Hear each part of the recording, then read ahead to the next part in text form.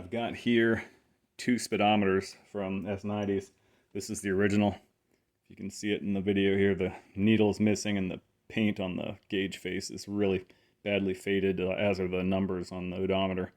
But the trim ring and the Nippon Seiki on the face here and everything else looks pretty good, and the body does as well.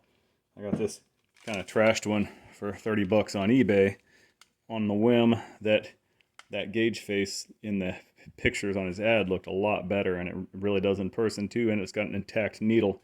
So my hope is to take these speedometer assemblies apart and make one good unit out of it.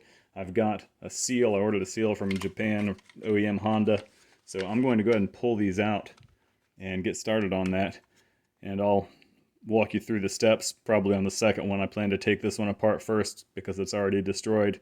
But you can see it's got a retaining clip on the bottom and on the top, and that's all that holds that in. So hopefully we'll be able to get these guys together and make one good unit. It'll save me a lot of money on a speedometer. Let's get started.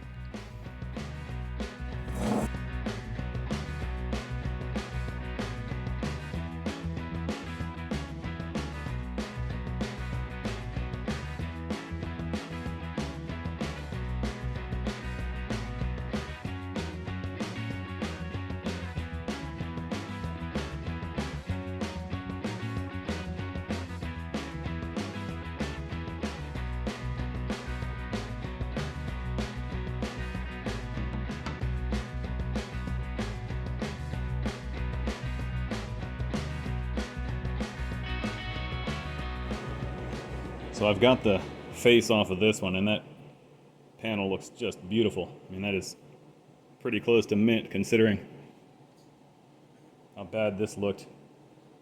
Now, I read on some online forum about using a paint can opener to slowly pry up this lip around the edges, and it worked pretty well. I got a little rough with this one because it was my test piece. You'd be wanting to work real slowly around. It probably took me about 10 minutes to get that off. Now, I'm gonna have to be a lot more careful on the other one because I don't have a replacement ring. One thing I saw online that was kind of neat was somebody put a hose clamp, I think maybe a layer of masking tape around, and then a hose clamp around it and tightened it down, and that was to keep this face from deforming. I thought that was a pretty good idea. I do not know that I have a 9-inch long hose clamp handy, but I will check. And also see if it starts to deform on the face. But other than that, it turned out great. Now the question is, can I get this guy apart enough, or leave this assembled and just put the face from the other one on here is probably the best idea. But the wire and basically everything else on this one looks like shit. So the original plan was to press this needle off and then take just this panel, but again, it looks pretty nice. You can see the amber lens in there is a little loose, as is the green. They've come out of place a little bit, so I'd like to open this up, but I don't want to press my luck, so we'll see how it comes out.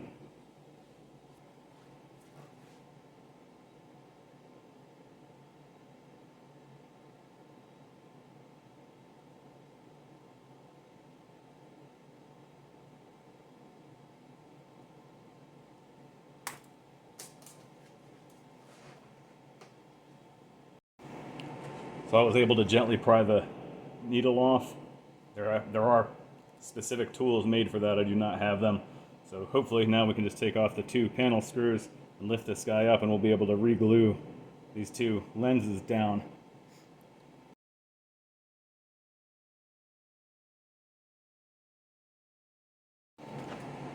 Something to be aware of if you ever endeavor to work on one of these faces is that the paint is extremely fragile after all these years. I learned the hard way on the GTO's gauges, and you try to clean them at all and the paint just kind of goes away. It's been sun-baked, and if you find one that's in this condition, clean it off with a paintbrush.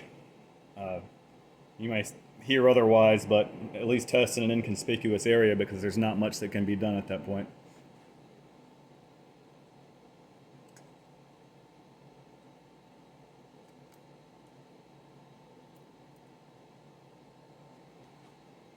You can see these lenses used to be just kind of glued and taped to the back of this panel. So I'm going to reapply those, and then I'll clean that up inside. And since I was able to get the face off of this, as long as I don't mess it up, I'll be able to reassemble this guy and put whatever parts I want on from the old gauge, and we should be in good shape. So we'll see.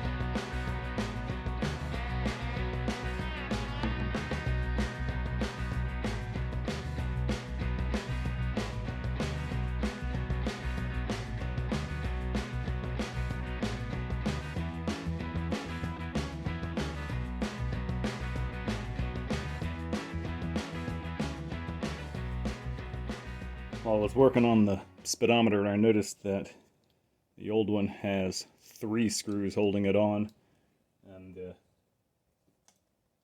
new one has 2, and it's in the wrong position. So I wanted to use the original can here because the light posts are different. These have like push and twist light posts, and this one's press on. It's probably an older model that this came off now, and also this riveted on clip is in better shape. It's not a big deal, but the can's overall in better shape, and I like to use as many original parts as I can. So I went ahead and drilled, you can see the 2 holes right there on that guy that mount the actual odometer. I was able to drill a 4th hole because, of course, of the 3 positions, the one that it didn't have was the one I needed. So it's drilled now. I'm going to reassemble it and kind of test fit everything. I'm going to clean up this assembly a bit and get it ready for the new seal, and keep on moving.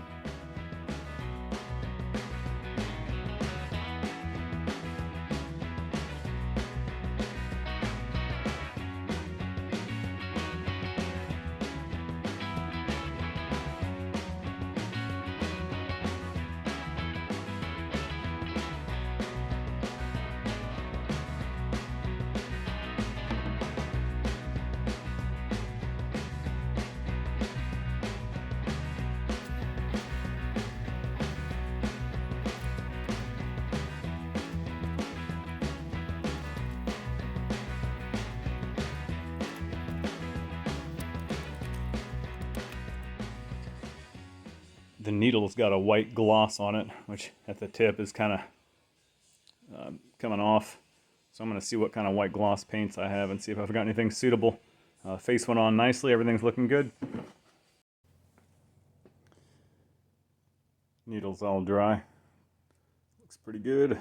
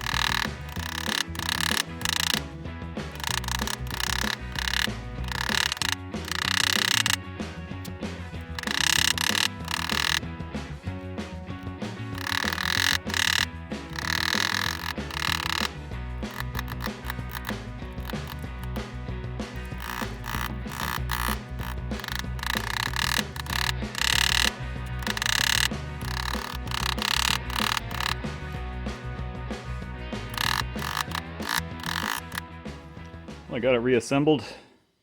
It's not perfect, but it looks great. I'm going to buff this outer ring a little bit lightly.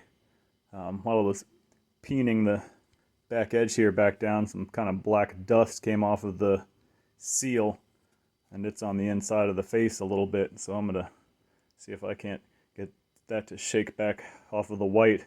But other than that, I mean, it looks 100 times better than it did.